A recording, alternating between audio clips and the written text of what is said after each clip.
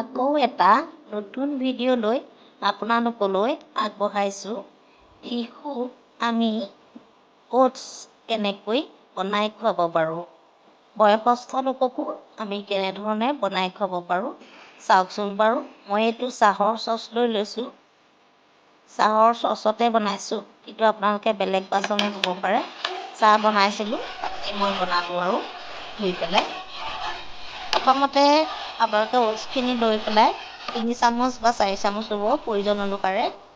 তাৰপৰা মই পানী দিছোঁ, কিন্তু আপোনালোকে গাখীৰো দিব পাৰে। ইয়াত গুড় কাটি লৈছোঁ। কম জুইত অকণমান সিজাব লাগে বস্তু দি পেলাই। তাৰপৰা গুড়খিনি তাত এড কৰি দিছোঁ। তাৰপৰা চামুচেৰে মই মিলাই দিছোঁ।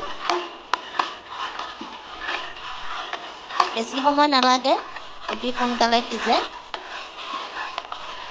এইটো শিশুৰ কাৰণে অলপমান আৰু বয়সস্থ দুখীয়া মানুহৰ কাৰণে অকণমান কোমল হ'ব লাগে, সেইকাৰণে অলপ সিজাই লৈছোঁ ভালকৈ। গাখীৰটো সকলো শিশুৱে নাখায় বা সকলো বয়সস্থ মানুহো নাখায়।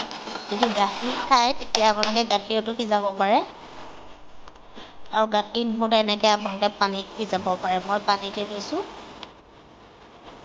এয়া উতলিছে চাওক। এয়া সিজি হৈ গৈছে। আপোনালোকে আকৌ চাহৰ চচটো লেতেৰা বুলি নাভাবিব দেই। এইটো মই চাহ বনাইছিলোঁ আৰু ধুলোঁ আৰু ধুই পেলাই তেনেকৈ তাতেই বনালোঁ লৰালৰিকৈ।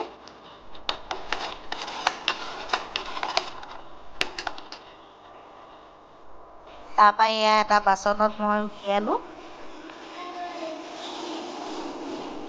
চাওকচোন বাৰু এতিয়া দেখিবলৈ কেনেকুৱা হৈছে। গুড় দিয়াৰ কাৰণে অকণমান বৰণ এটা হৈছে।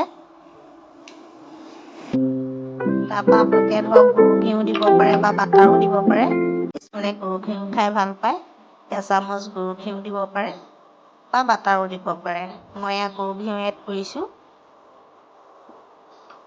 এয়া 2জন শিশুৱে খাব পৰাকৈ কৰিছোঁ।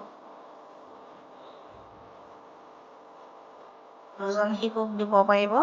6 মাহৰ পৰা 3 বছৰ শিশুকো দিব পাৰিব, বা 3 পৰা 6 বছৰৰ এজন শিশুও খাই দিব এয়া।